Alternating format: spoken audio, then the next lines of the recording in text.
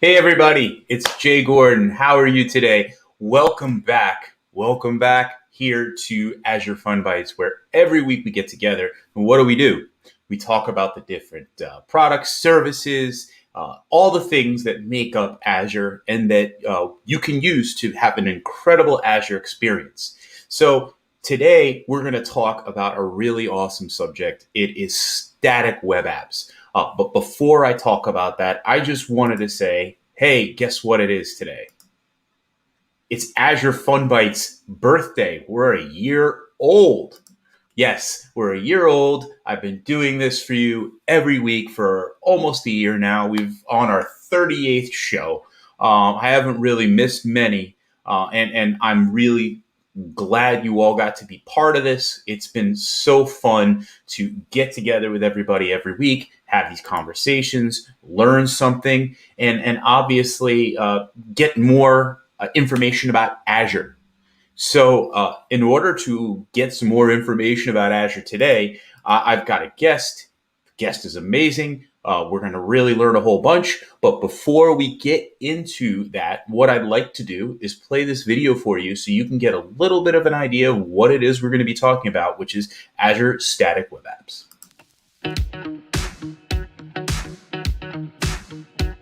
Can I deploy my Nuxt.js websites on Azure Static Web Apps in a single command line?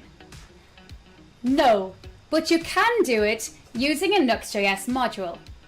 So Nuxt.js is built using a modular system, which makes it very easy to create modules and plugins.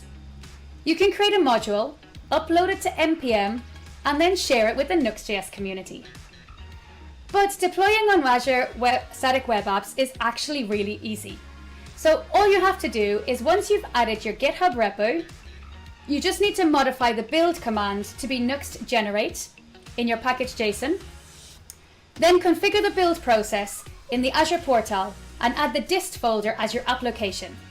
Then just click Review and Create, and your Nuxt.js static website will be deployed in minutes. It really is as easy as that.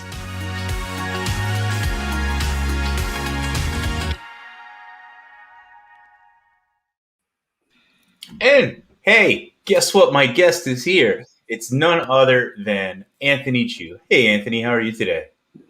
Hey Jay, I'm doing well. Happy birthday to your show. I actually on Twitter I asked whether or not you're going to have cake, and I saw a cake there, so that's good job. I should have been more specific and asked for a physical cake, but that graphic is good enough, I guess. Well, it's a little tough. I believe you're on the other side of the country than I am, and so it would be a little difficult for me to be able to bring you some cake. So I guess for now that GIF is going to just have to do. All right. So before we kind of get started on what it is we're going to be talking about, which is Azure Static Web Apps, I wanted to kind of ask you a few questions. But before I do that, I want to let everybody know that, as usual, every week we have our poll. We want to make sure that you take part in our poll. And the question this week is, are you using a static web app for your website? Yes or no, or maybe it's complicated. You let me know what it is you're working on. We want to hear back from you. We always like it when you take part. So if you want to answer, I should say, answer our poll, that'd be great. We'd also love it if you send questions so that Anthony can help us learn more from your questions. So cool, Anthony. You're a program manager with Microsoft. You're working on static web apps. You're working on Azure Functions. How'd you get here? How did I get here? Well, I was born in I guess I joined Microsoft about 4 years ago.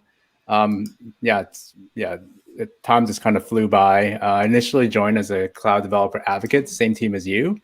And then a couple years ago, or a year and a half ago, I moved over to the Azure Functions team as a program manager. And more recently, also started working on Azure Static Web Apps as well. Very cool, very cool. And so let me ask you first, what's your favorite language to do development in? I think it's a toss-up between JavaScript and C#.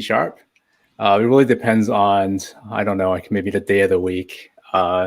These days, when I try to do something quick, it's probably JavaScript and Node. But yeah, like I'm more than happy to use C# and .NET as well. Very, very cool. And so I'd love to hear today about static web apps. And one of the things that I want to make sure everybody knows is that if you want to get some education on this whole huge idea that we're going to be talking about, there is a learning path on Microsoft Learn. You can head there after you finish watching, obviously. Head over there. You'll be able to start taking some interactive courses. You'll gain points. It'll be really cool if you just wanted to click through that, start learning, and not have to pay for it. It's free. So, Anthony, static web apps. I've got a question. There's docs for it, but I'd love to hear your definition. What is Azure Static Web Apps? Yeah, Azure Static Web Apps is a really easy way of hosting a static web app, but as well as like you can't, you typically a static web app is like a single page application. You typically probably still need some kind of a back end. So we allow you to make it really easily deploy an API, a serverless API using Azure Functions, as well as we make it really easy for you to add a custom domain. We'll give you a free SSL cert, any authentication, routing, authorization. All that stuff's built into the product so that you can, get started with it right away. And a lot of folks are, typically when they kind of start looking at, building static web apps, single page apps, or Jamstack apps, they're quite often kind of, wondering like, what's the difference between, this way of doing things versus, the more traditional way, which is like something like building a React app and then hosting it inside of Express, for example, and then deploying that whole thing. And what we've really seen in the past few years that a lot of people have been trying to separate the two pieces. So we wanted to be able to run the React app, on a CDN because it's all static and just serve that super, super fast. And then the parts that we need to kind of do the server-side logic on, we still want to call something. And if we were kind of using, Express or something, we would be hosting the server that just sits there and maybe just responding to things, once in a while. And if you're serving your React app from there, its only job is really to serve the React app. So by pulling them apart into, a really fast, kind of globally distributed kind of content serving platform like static web apps on Azure, what you're able to do is really kind of use the right technologies to do the right things. So now your users, your customers are able to access your website super fast. And then when you have to do anything dynamic, it's going to call Azure Functions behind the scenes. So when you're not making any calls, it's just not just sitting there idle. But if all of a sudden you have like 1,000 people on your site or more, we're just going to scale out and be able to handle that traffic for you. So with that kind of architecture, it really kind of helps build a really kind of scalable and performant app. And what I really enjoy about the service, because I've played around with it a bunch since it first launched in preview, it's been free in preview. So if you want to start using it, please, there's $200 in free credit for Azure, but that service you can get actually for free while it's in preview.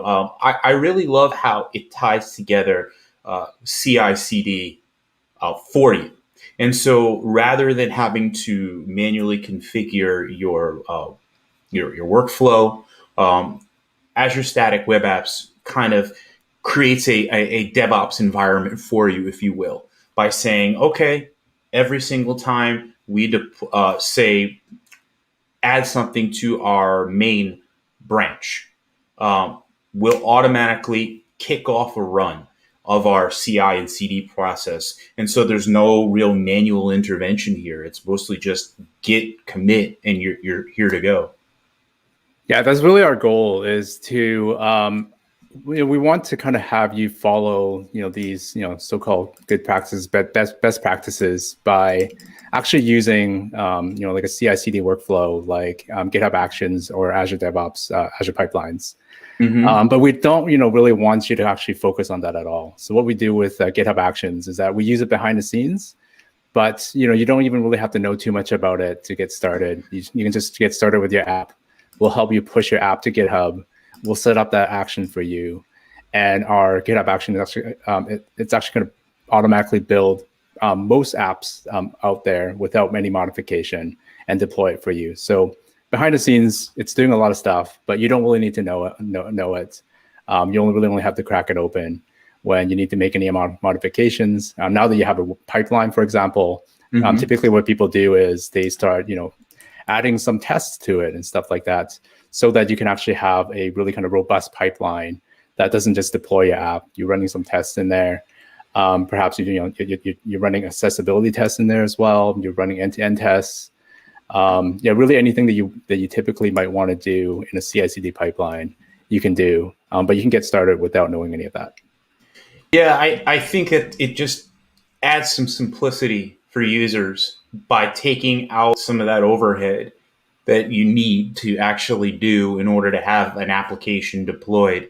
I've seen, like when I was working with Hugo, how the build process actually will render the static pages for you. It'll make sure it actually works. So if maybe there's a problem in your markdown file where you're actually building it, it'll tell you, it'll stop the process, it'll avoid bad commits. And I think that that's another really, really big part of this, is that we don't necessarily want bad code to go into our deployment. And even if we're talking about, your personal blog that you're using in this service, it's important to still have good practices.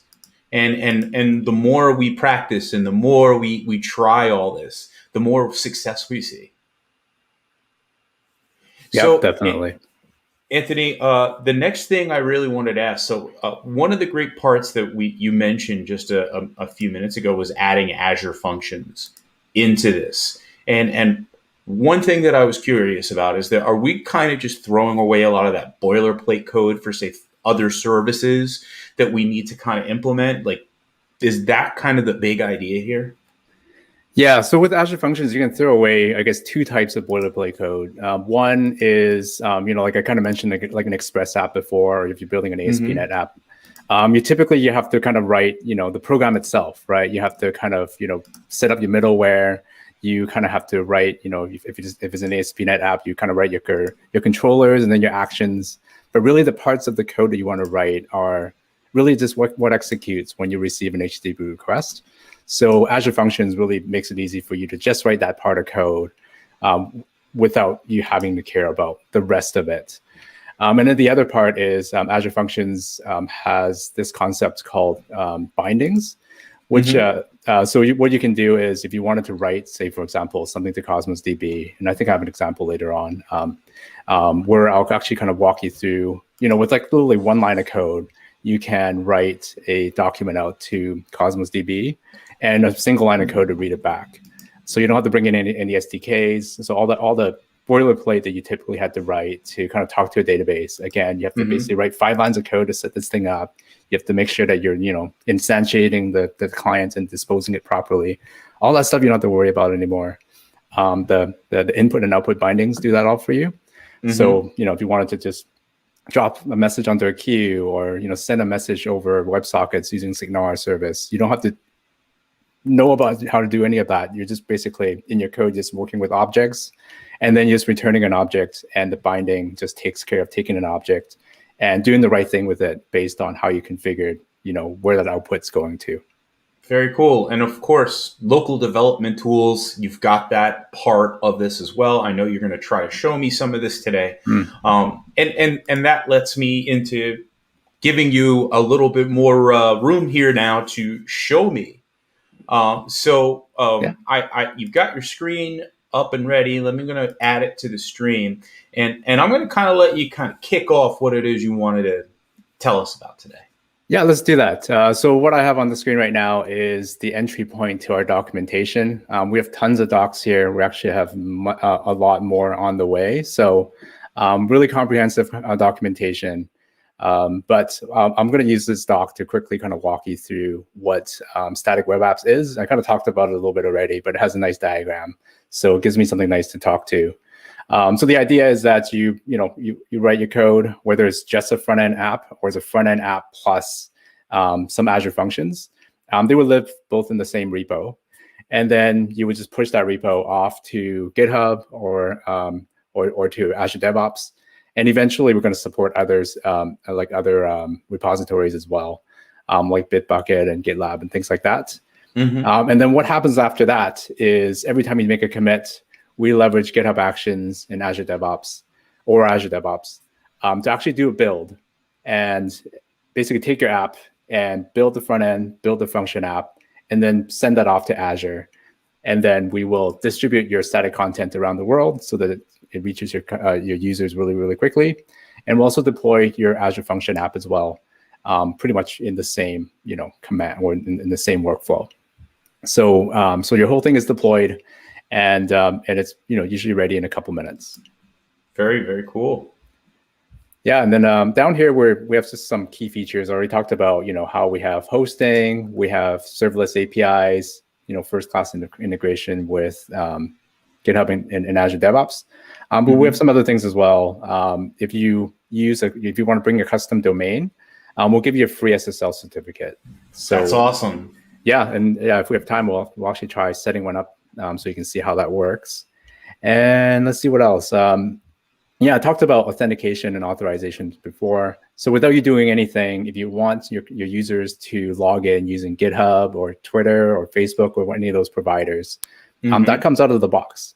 So so you can so you can just forward your users to these special URLs, and then we'll do all that login for you. We're also coming up with ways to actually allow you to customize that, but out of the box, currently, you can use these providers without you doing really anything. OAuth is so important because it's become kind of like our standard now for authenticating into web apps. People don't want to have another set of credentials to work with, it seems like. And we also have two-factor and things like that involved into our existing credentials. And so it makes a lot of sense that you've gone ahead and you said, this is a first-class part of our service. Yeah, we don't want to deal with user accounts and any of that stuff at all if we don't, if we don't have to.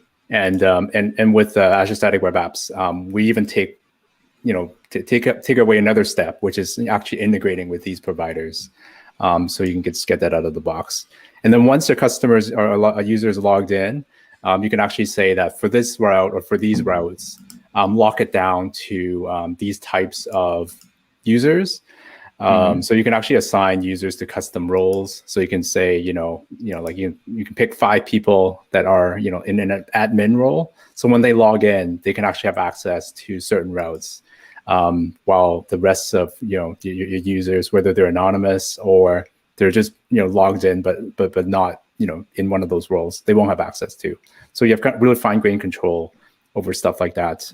You have control over other routing rules as well. One thing that we'll probably see in a bit is that a lot of static web apps require this thing called a fallback route to work, and we make that super easy to set up. And then the last thing I wanted to point out is that you kind of mentioned earlier on about like a good CI/CD workflow should have ways for you to, even for your personal blogs, for you to make sure that you're kind of doing the right thing and that you're not actually breaking your site and all that stuff by making a change. So we support staging environments out of the box. Currently, it only works with currently it only works with GitHub Actions, but we're also trying to figure out how to enable it for these other providers as well. And what that means is that when you submit a PR to your repo on GitHub, we'll automatically stand up a staging environment for you with a unique URL they can go to just preview your site to make sure everything's fine before you go ahead and push it to your production environment. Now, I know it's a very, very different service from the standard app service that the Azure already provides. But I was curious, are you thinking about adding something like slots at some point? Yeah, so it's a very it's a pretty common ask, and we're trying to figure out how to do that, like basically implement that, and whether or not that fits in our existing workflow. Currently, what we're thinking is that we'll have basically branches that match to static web apps, or PRs that match to environments. And then for you to promote from one to the other, you would basically just push to your main branch. If you want to deploy to production, basically merge domain, and then it'll just kind of go to production. But both you and I kind of come from a bit of a DevOps background, and we know that some folks might not actually want to do that. A pretty common kind of idea in the DevOps world is that you want to have that one single build, right? That you run all your tests on, and then you take that build through all your different stages. And the only thing that you change are configuration. You don't rebuild the thing. You take that same artifact and you deploy it to all the different places. So currently that doesn't quite fit the static web apps workflow. And we're trying to figure out how we can work basically slots into it, which would allow you to do things like, basically push this build to a slot and then just swap that into production, right? So it's the same build that you kind of tested. It just gets swapped in production. And you also get blue-green deployments as well. That was the main reason why I was asking about slots, because blue-green, some people just develop that way. They like the idea of tearing something down and building it back up. And I suppose one of the great things about static web apps is being able to customize your domain. So, I mean, it could be as simple as just creating a new version and changing DNS if you really need to, making that actually a part of your pipeline. Yeah, I think that's currently what you would have to do, but we want to see how we can make that easier for you. So that I think the first thing is we need to figure out whether it makes sense for us to provide stable domains. Like say for example, you have one branch that maps to this domain, one branch that maps that domain, and then after that, if we're able to implement that, then maybe we would swap the two.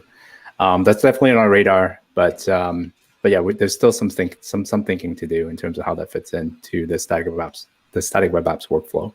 Very cool. So I want everybody to just take a moment, and I wanted to remind you that, one, please send your comments and questions in the chat. We're taking it live. I've got both the LearnTV questions up, so if you want to send it that way, there's that chat right on the right. But while you're also there, don't forget there's the poll. Take the poll. And so while you're there, take the poll. Go ahead, start asking your questions. We're going to try to get to all of them today, and hopefully we're going to learn something really, really cool. So what do you got next to show me, Anthony? Yeah, I think we should just dive right in and try to deploy an app, and then we'll start from there, and then we'll kind of just layer on maybe functions and stuff like that, and then see how much time we have to explore some of the features. Very cool. Rich says, better name for today's FunBytes is how you can host your Hugo blog for free. I mean, Rich, you're not that far off. At least it's free for now. And so make use of that service while you can. Yep. And I know it's not officially announced yet, but our intention is to keep the free tier beyond GA. So use it now, use it in the future.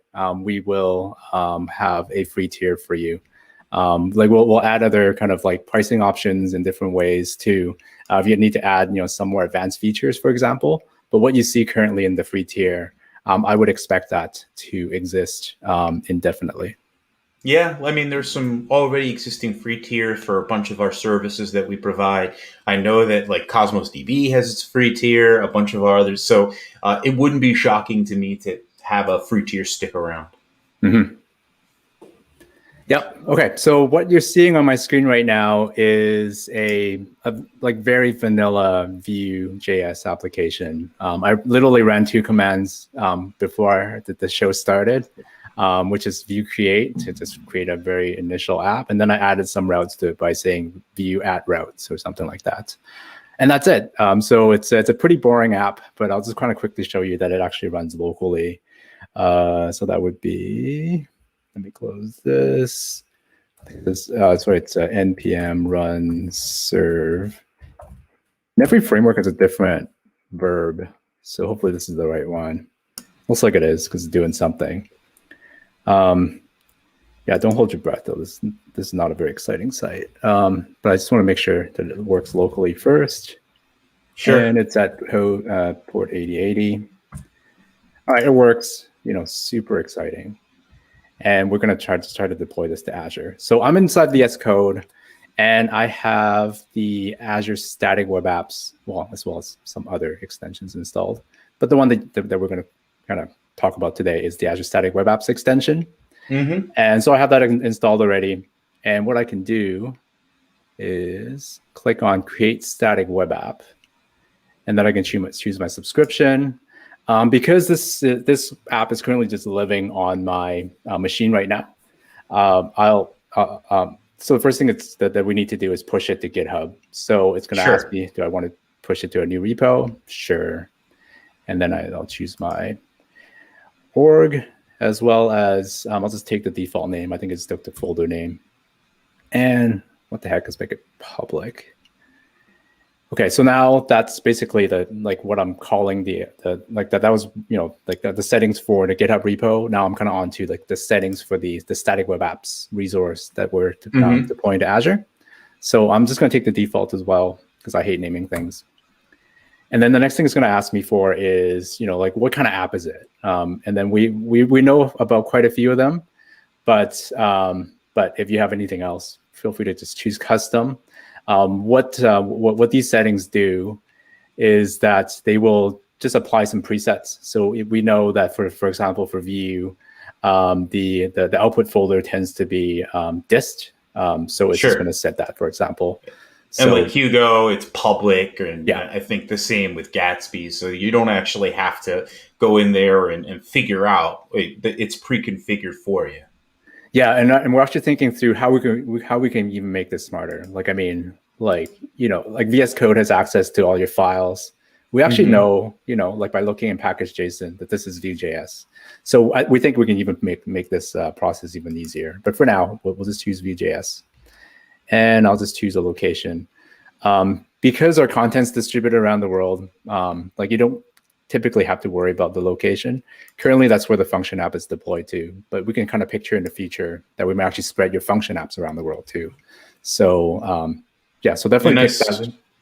Yeah, and then definitely pick a location. Yeah, go ahead. Sorry, I was going to say, and we can see the plugin is already kind of add that information window that just went away, but it showed that it's on GitHub. It showed that there's that it's live, to be honest. Yep. And actually, I should have taken your prompt and actually clicked it, but because I didn't, I actually have to go look for it now. Sure, no problem. It's why when we do it live, these things, we figure it out. And so, of course, Anthony is on GitHub. So if you want to find any of his repos, yep.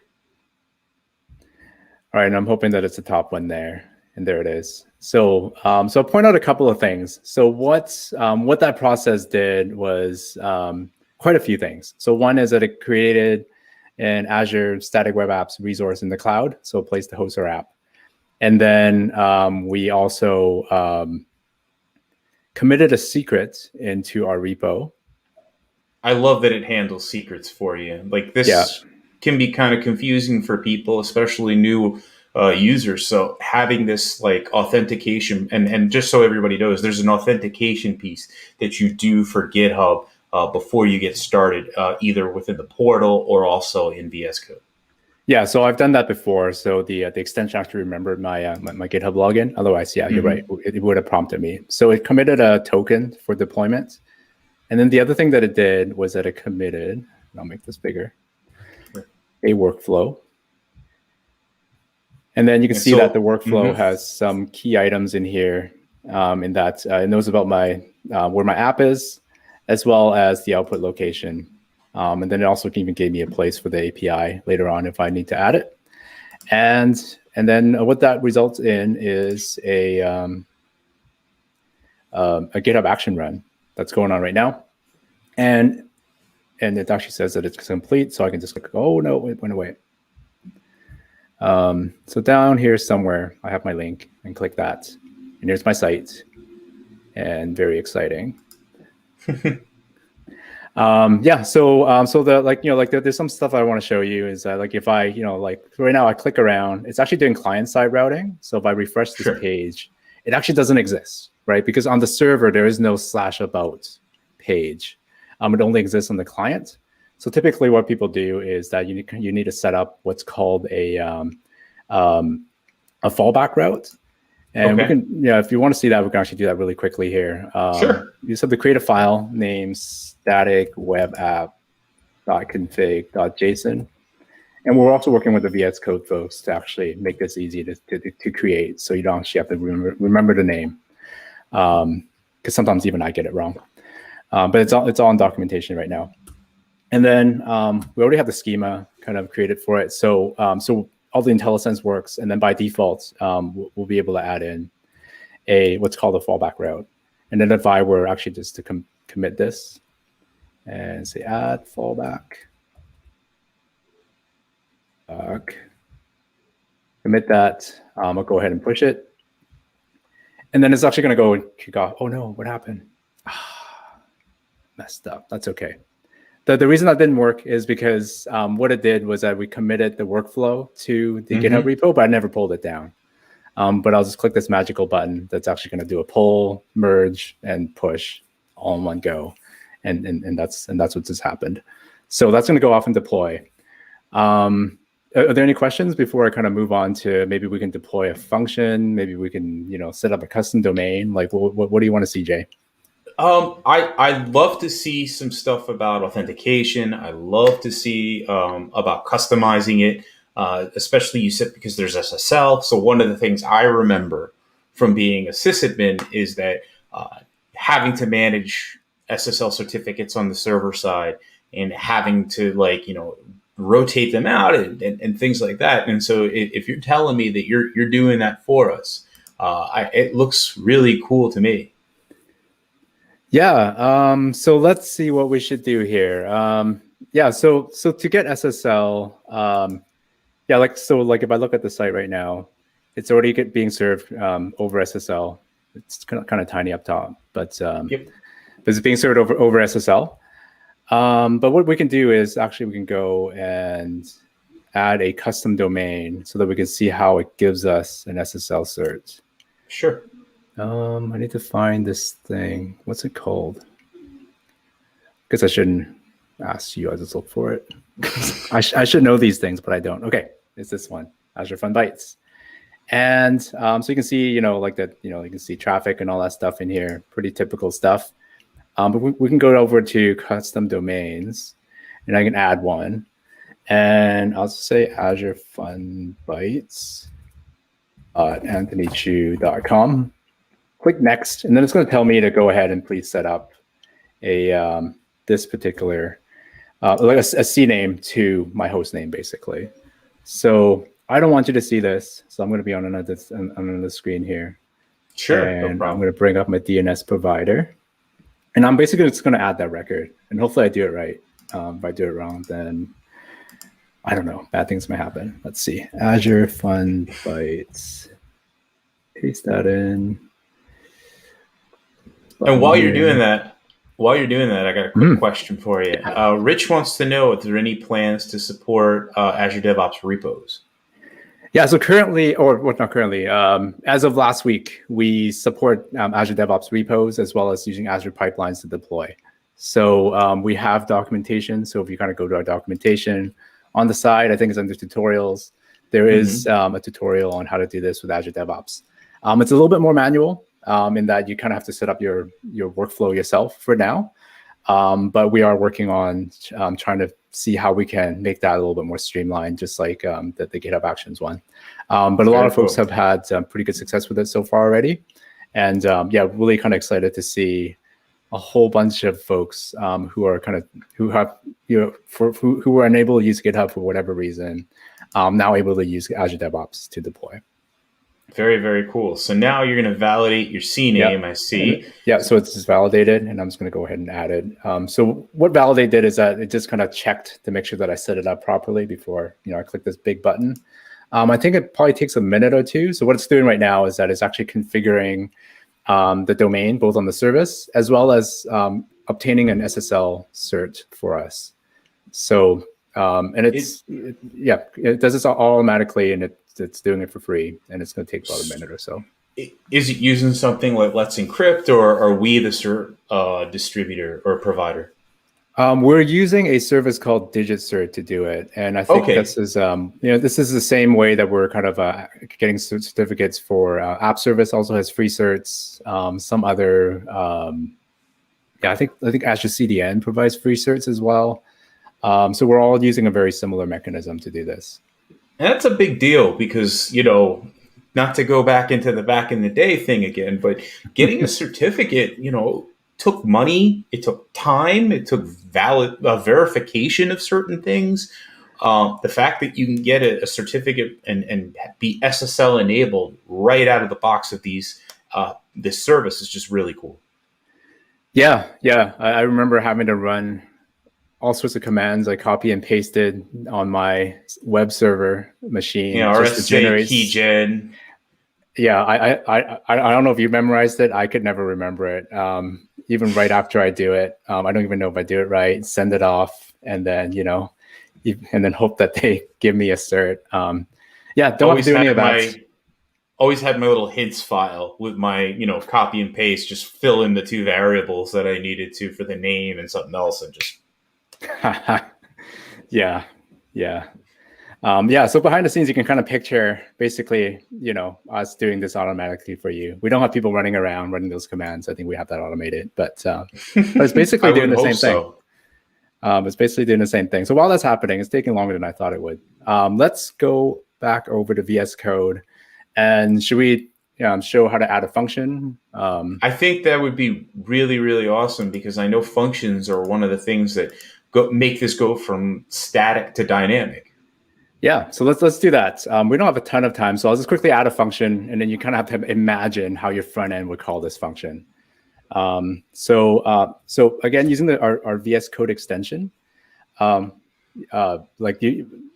already a command here that says create HTTP function. So my app is just a plain Vue app right now with no knowledge of even Azure Static Web Apps really outside of that workflow. I'm going to choose that command to create an HTTP function. And I want to use JavaScript, and I'll call this, I don't know, like hello or something. Mm-hmm. And it's going to go ahead and create this API folder for me with a function in there. And this function is the standard, Azure function that you always get out of the box that kind of says hello to you. And just in the interest of time, I'm not going to make any changes to it, but I will show you how to run it. So there's two ways of running it. Actually, there's probably more ways to run it than two.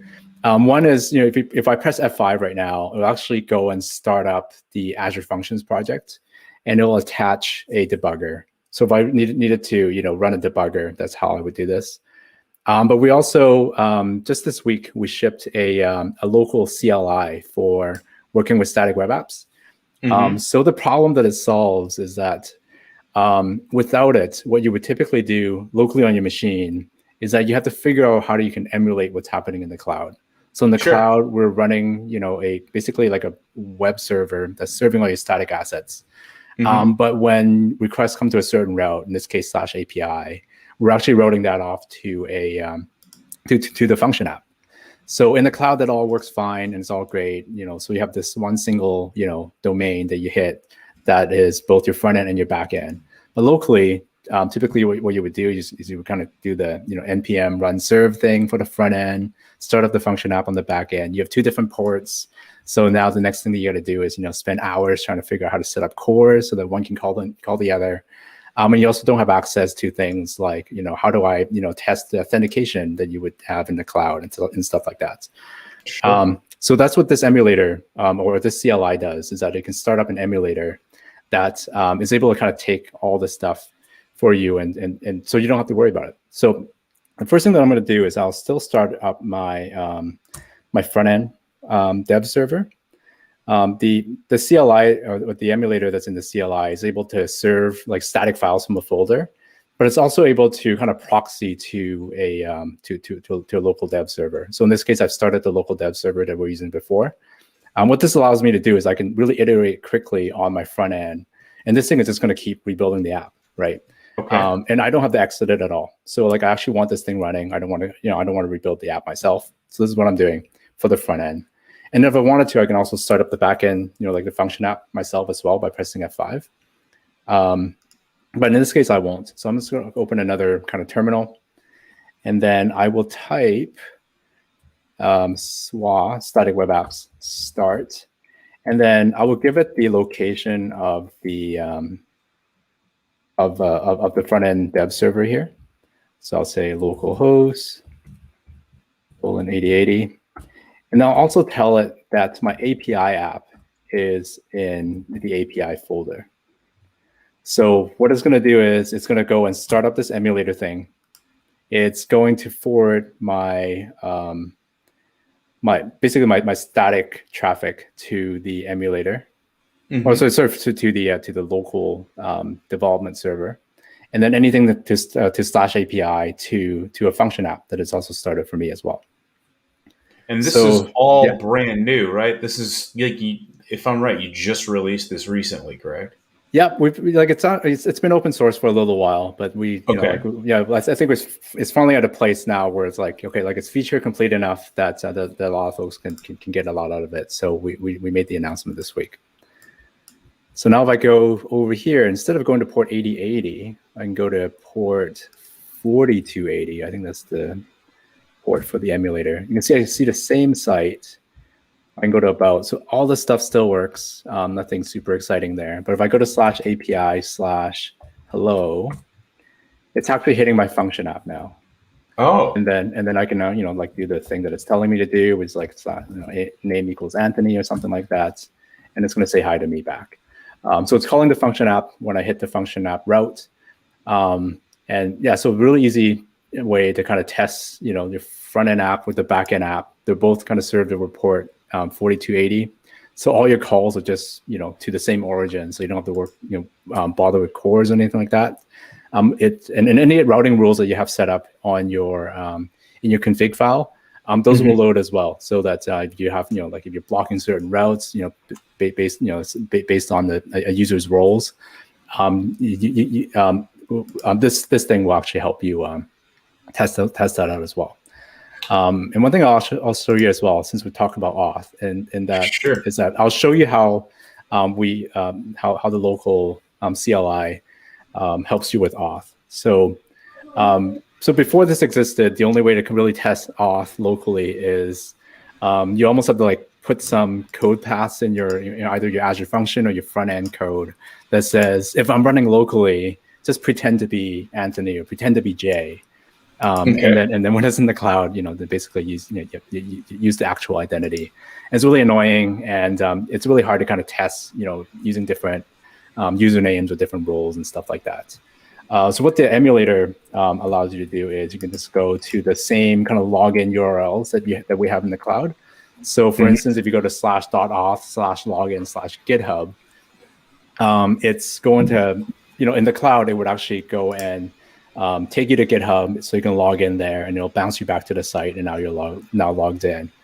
Locally, what we do is that we don't integrate any of that with the with the identity providers. It's a lot of work, and it actually doesn't really kind of give you any benefits.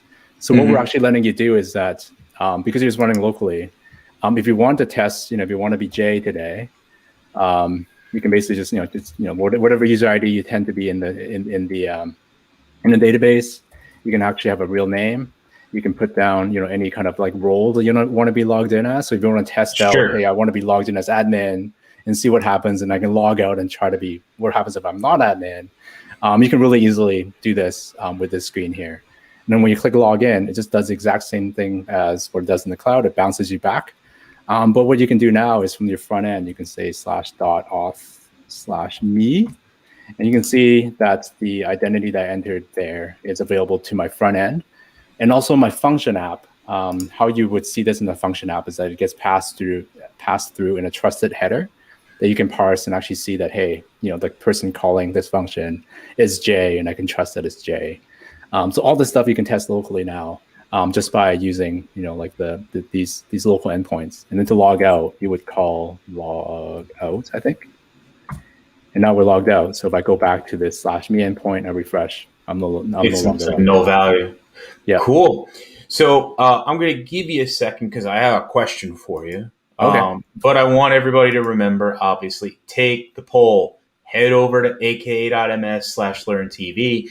Love to hear from you. And also, we got about maybe 15 minutes left. So if you've got any more questions, comments, whatever it is you want to talk about related to static web apps, I'm not going to talk to you about, your problem with your sync. That's not what we cover here. But we do cover some plumbing, if you will, in the cloud. And so we're going to talk a little bit more about plumbing in the cloud. But there's one thing I want to ask you, because you had mentioned it as something we could talk about today, is Jamstack apps. Mm-hmm. Can you kind of give me an idea of what a Jamstack app is and how you work with it in Azure Static Web Apps? Yeah, so Jamstack app is really a fancy name of saying an app that has some kind of a static front end. So that's that's typically a single page app. So it's whether it's Angular, Vue, or React, or Blazor, and then with some kind of an API or backend microservices that you call. So what the J stands for is, I believe, is JavaScript. A is API, and M is markup. So they really had to stretch to come up with this with this acronym here, but it's pretty catchy. It's pretty catchy. We all like jam. It's tasty.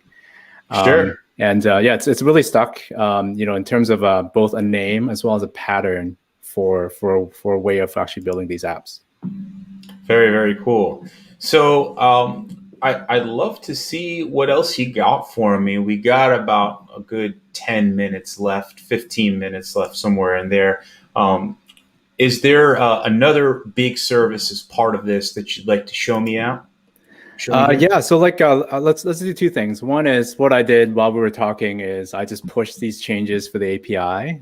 So let's see if that gets deployed.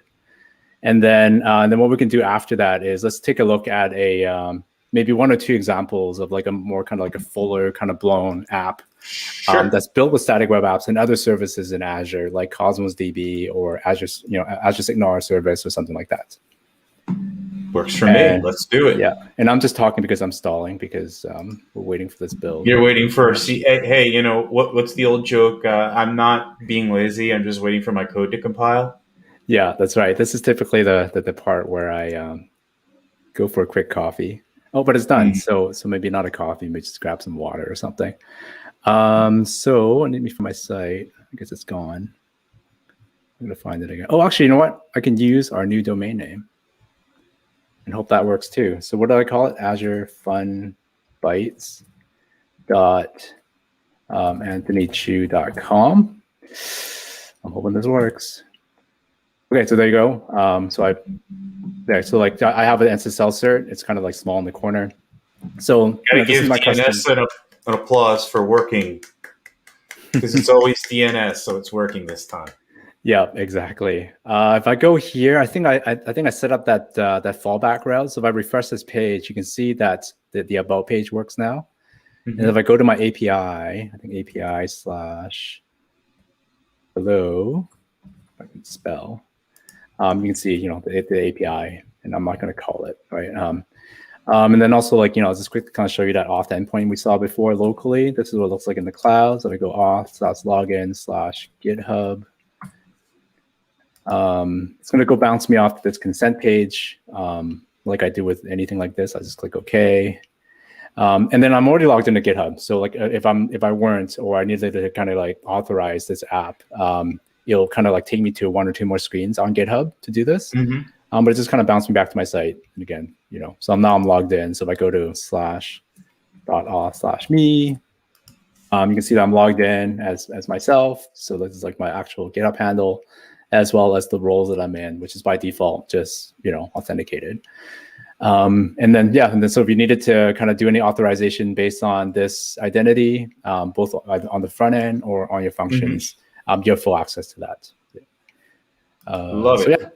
Yeah, so it deployed and it worked, so that's great. So I think we'll just spend the rest of the time just kind of maybe taking a look at one or two kind of deployed sites that are kind of using Azure Static Web Apps and some other services. Sure. So, you have something that's used, say, Cosmos DB? Yeah. So let's see. This one here I haven't shown for a while. So I'll kind of quickly go open this. So it's our friend Bit and their friends. And yeah, so this is initially made for some online conference, and we're like, yeah, wouldn't it be cool, if we kind of just create a page like this so that, as the parents, watch the conference, the kids can have something to do. Our good friend Aaron Powell created this, and you can actually do different things, if you want to do connect the dots and stuff like that. But one thing that I was hoping, that I was thinking of is like, wouldn't it be cool if like the kids, like during the pandemic, the lockdown and stuff, can like actually just draw stuff with their friends. So what I did was I added that capability. So initially this app was just completely static. It just loads in your browser. When you draw the lines, it just kind of stays in your browser. But what I added was, a couple of functions, as well as a little bit of code, to basically make this collaborative. So I added this little button. So when you click that, what it's going to do is actually going to generate you a new URL that's pretty, long. And I'll shrink this window. I'll copy this. All new. I'll paste that in. And like theoretically, I can pass this and send this off to really anyone who wants to try it. But now what you can see is if I go and draw, I don't know if you can see it here. If I refresh it, it might actually.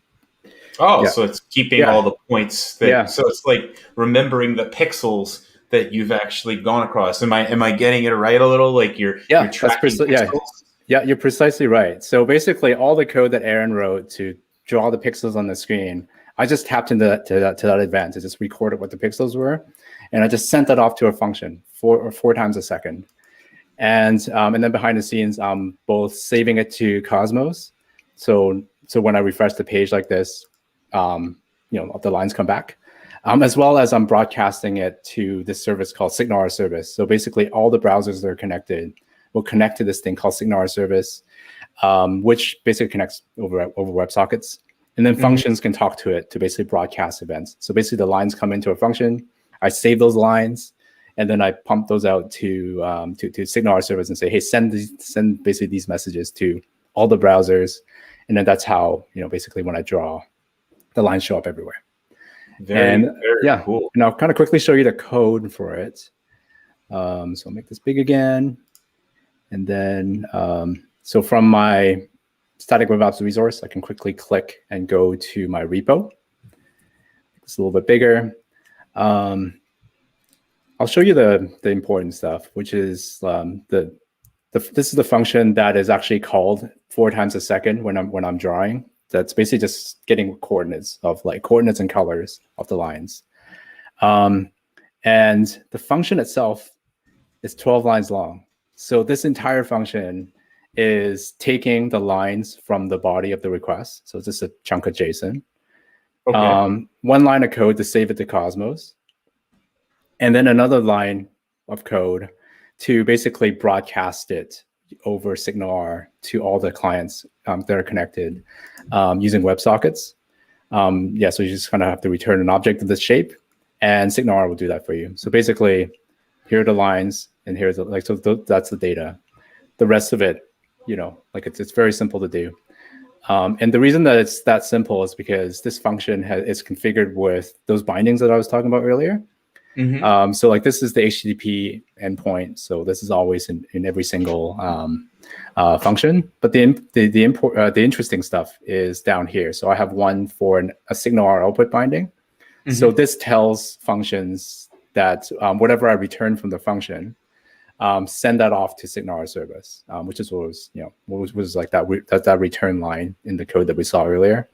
And then this one here says, hey, whatever I pass off to this Cosmos DB thing, send it off to Cosmos DB.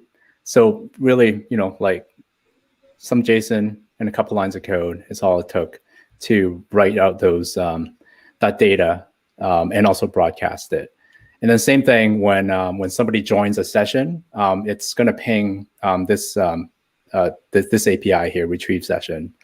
And again, this time I'm using an input binding. So an input binding is able to pull stuff from data sources when a function executes. So here I'm just saying, pull everything belonging to this session from Cosmos DB.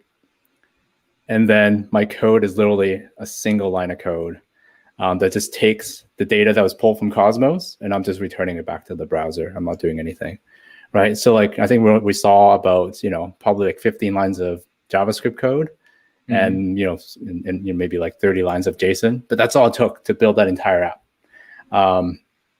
So that was really, really. It doesn't seem that difficult. It just to integrate these services together. Obviously, you've got to sit and you've got to write the code and all that, but getting it all to work together, wrapping it up in a bow, doesn't seem like there's a ton of difficulty involved. And so someone has a question, and I'm going to bring it up because we got about less than 5 minutes left. Can static web apps be used with an app service plan? No, they're actually like quite separate things. So static web apps I think it's still under the app service umbrella. Sure. But they're very separate things, and there's not really even a concept of an app service plan behind it. Because the whole goal is to actually decouple kind of like the compute from the thing that's serving the app. Sure. Although there is some kind of compute in there, in that we do the routing stuff, we do the auth stuff, but really like just a thin layer on top of something that serves your static content really performantly, and then your function apps, which kind of runs in a consumption plan. Right, so there isn't really like a true one-to-one mapping to from that kind of model to an app service plan. So you don't really get to choose what that is, but like how you're eventually going to be charged for stuff like this. It won't be based on how many CPUs that you have, right? It'll probably be based on like something like bandwidth, for example. So it's like kind of the way a CDN is set up, whereas you're not necessarily concerned about compute. You're more concerned about actually serving it fast. Yeah, exactly. So typically you're not thinking about compute. You're just kind of leaving that off to us and trusting us that we're going to have the right scale and the right performance for your app. Very cool. So Anthony, we're just about getting to the end of it. And so what I wanted to do before we finished up is I wanted to take a look at our poll. And are people using static web apps for their website? And overwhelmingly 50% said yes. If you want to keep voting, go ahead. You can head over to LearnTV. We've got got to thank you for that answer that you gave us. But I also wanted to just give it a moment to make sure everybody knows where the documentation is, Anthony. So you can go to this URL for what static web apps is. You can go to Microsoft Learn and check out that whole learning path that exists. Like I said, free education. It's gamified, get some points. And then, of course, you mentioned that as static web apps CLI, which you can go to on npm.js. You can go ahead, I suppose, just npm install -g static web apps CLI and get that on your local environment. See how I actually remembered that? Anyhow, so Anthony, I know we can find you on Twitter. We can find you on GitHub. Is there anything else you got coming up that we should know about? Let's see. No, not a ton. Just kind of like wandering into some of these streams as you all invite me. And it's been super fun to do these. So especially today, spending an hour to talk about static web apps. But yeah, we're just kind of working hard to try to take this service to GA, hopefully as soon as possible. So just heads down doing that. Awesome. Like I said, the service has been really fun to play around with. It's been really cool to talk to you today, Anthony. I don't get a chance to do it that much anymore now that we're not on the same team. So I'm really valuing this time today. Thank you so much for answering questions and getting me a little bit more introduced to static web apps. Yeah, awesome. Thanks so much for having me here. And everybody, like I said, we're going to give you the big wave goodbye. It was our 1-year birthday. We're going to be back with more next week. Until then, thank you again for watching AzureFunBytes, and I'll see you soon. Bye, everybody.